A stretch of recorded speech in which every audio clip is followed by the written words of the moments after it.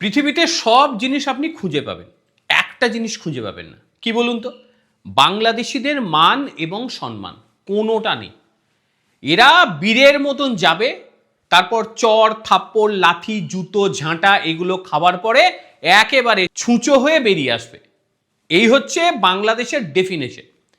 এরা অনেক কিছু মুখে বীরত্ব দেখায়, কিন্তু বাস্তব ক্ষেত্রে যখন সামনাসামনি হয় তখন দেখবেন ঠিক কুই কুই করতে করতে লেজ গুটিয়ে পেছনের দিকে টান মেরে দিয়েছে। এক্ষেত্রে যেমন হলো বাংলাদেশ ক্রিকেটের।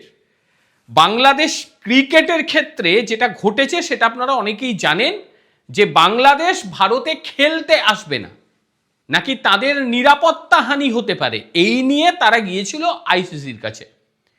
আইসিসি বাংলাদেশের আবেদনকে একেবারে পাত্তাই দেয়নি, পুরোপুরি উড়িয়ে দিয়েছে, পরিষ্কার বলে দিয়েছে যে তোমাদের ভারতে গিয়েই খেলতে হবে, আর যদি তোমরা না খেলো সেই ক্ষেত্রে তোমাদের শাস্তির মুখে পড়তে হবে।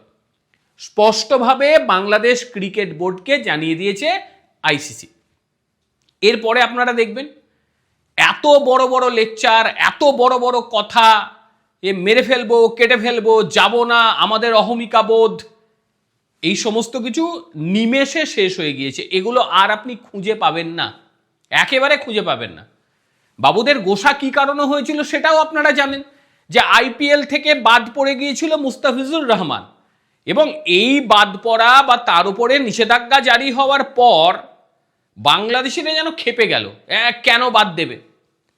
বাবা, তোমরা আমাদের দেশকে দখল করবে, তোমরা আমাদের দেশের সব কিছুকে বয়কট করবে, তোমরা আমাদের দেশের ভেতরে ঢুকে অরাজকতা করবে, তোমরা বাংলাদেশের ভেতরে বেছে বেছে হিন্দুদের হত্যা করবে, আর তোমাদের প্লেয়ারকে এনে আমরা এন্টারটেন করব, এটা হতে পারে না। বিশ্বকাপ কিংবা আইসিসির বিষয়গুলো অন্য, আর আইপিএল খেলাটা এটা আমাদের এন্টারটেনড, সেখানে বাবা তোমাদের না এলেও চলতো। তো যাই হোক, বড় বড় কথা বলেছিল, সেই বড় বড় কথা ফুস হয়ে বেরিয়ে গিয়েছে, বেলুন ফুলে গিয়েছিল, সেই বেলুন এবার আইসিসির কাছে গিয়ে চুপসে গিয়েছে। কত বড় বেঈমান দেশ একবার ভেবে দেখুন। যে দেশটাকে ক্রিকেট খেলা শেখালো ভারতবর্ষ, যে দেশটাকে ক্রিকেটের মূল পর্যায়ে তোলার জন্য ভারতের জগমোহন ডালমিয়ার যে কি অবদান, এই সমস্ত অপদার্থ বাংলাদেশিগুলো জানে না।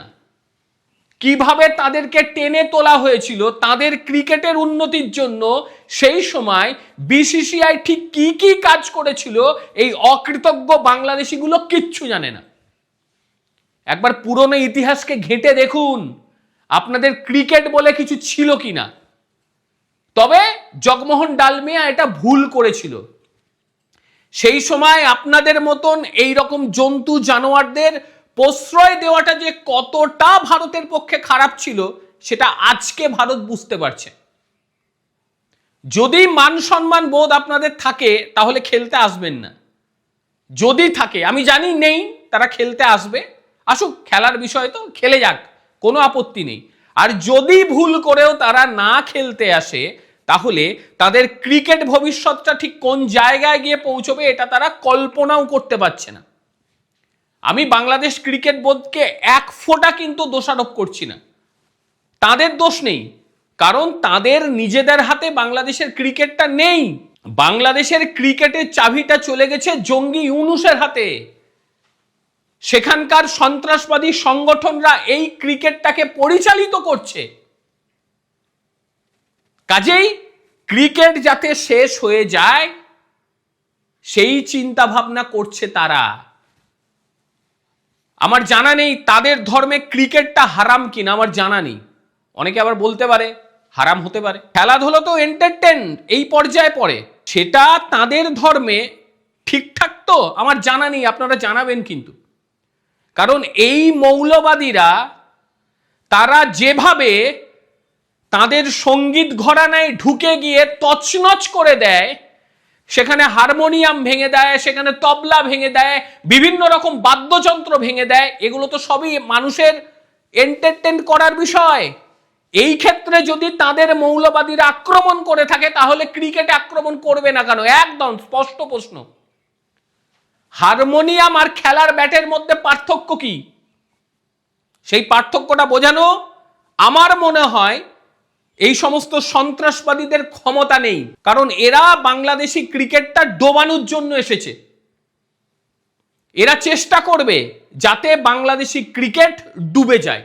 এই যে টি-20 বিশ্বকাপ, এই টি-20 বিশ্বকাপে ভারতের ম্যাচগুলো শ্রীলঙ্কায় সরিয়ে নিয়ে যাওয়ার জন্য আইসিসির কাছে তারা দ্বারস্থ হয়েছিল। মূল পর্বে 4টি ম্যাচ রয়েছে, তার মধ্যে একটি ম্যাচ রয়েছে মুম্বাইয়ে, 3টে ম্যাচ রয়েছে কলকাতাতে, এবং এই ম্যাচগুলোর টিকিটও ইতিমধ্যেই বিক্রয় হয়ে গিয়েছে। কলকাতায় 2টো ম্যাচের টিকিটের চাহিদা একেবারে তুঙ্গে রয়েছে। বাংলাদেশ ওয়েস্ট ইন্ডিজ ম্যাচের যে 500 টাকার টিকিট, সেটা একেবারে হুড়মুড়িয়ে বিক্রি হয়ে গিয়েছে। ইয়ার কি মারা কথা যে আমরা খেলবো না, অন্য জায়গায় যাব। যদি ক্ষমতা থাকে অন্য জায়গায় খেলুক, কিংবা খেলা বাদ দিয়ে দিক। তারপর আইসিসি তাদের ওপর কি ব্যবস্থা নেবে সেটা আইসিসির ব্যাপার।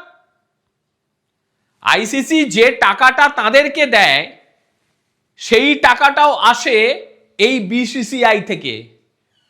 যদি বিশ্বাস না হয় একটু গুগল ঘেঁটে দেখুন যে ভারতের টাকা কিভাবে আপনাদের কাছে ঢুকছে আইসিসির মাধ্যমে। গোটা আইসিসিটা বেঁচে রয়েছে এই বিসিসিআই এর জন্য। তারা অনেক কিছু করেছে ক্রিকেটের উন্নতির জন্য, আবার খারাপও করেছে, যেটা আপনাদের মতন দেশকে মূল স্রোতে নিয়ে এসেছে। এটা ভারত সত্যি খারাপ করেছে, এখন বোঝা যাচ্ছে। দেশ তো ছিল না, সেই দেশটাকে তৈরি করেছিল ভারতবর্ষ। সেই তৈরি করাটাও অপরাধ হয়ে গেল। এখন ভারত বিদ্বেষ চরম হারে দখল করে নেব। 4 দিনের মধ্যে আমরা কলকাতা দখল করে নেব। আমরা দখল করে নেব।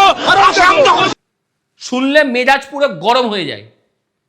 ক্রিকেট খেলতে পারতো না, শেখালো ভারত, মূল স্রোতে নিয়ে এসো। মূল স্রোতে নিয়ে আসা হলো, এখন চরম ভারত বিদ্বেষ। বলছে কিনা নিরাপত্তার অভাব। আরে তোরা তো নিজেরাই জঙ্গি, জঙ্গিদের আবার কিসের নিরাপত্তা দরকার পড়বে ভাই? আমার জানা নেই তারা খেলতে আসবে কি আসবে না।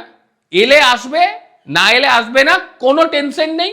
কিন্তু যেটা মূল বিষয়, যে বাংলাদেশ আইসিসির কাছে বড় ধরনের জুতো পেটা খেয়েছে, এবং সেই জুতো পেটাটা তারা মনে রাখবে কিনা আমার জানা নেই।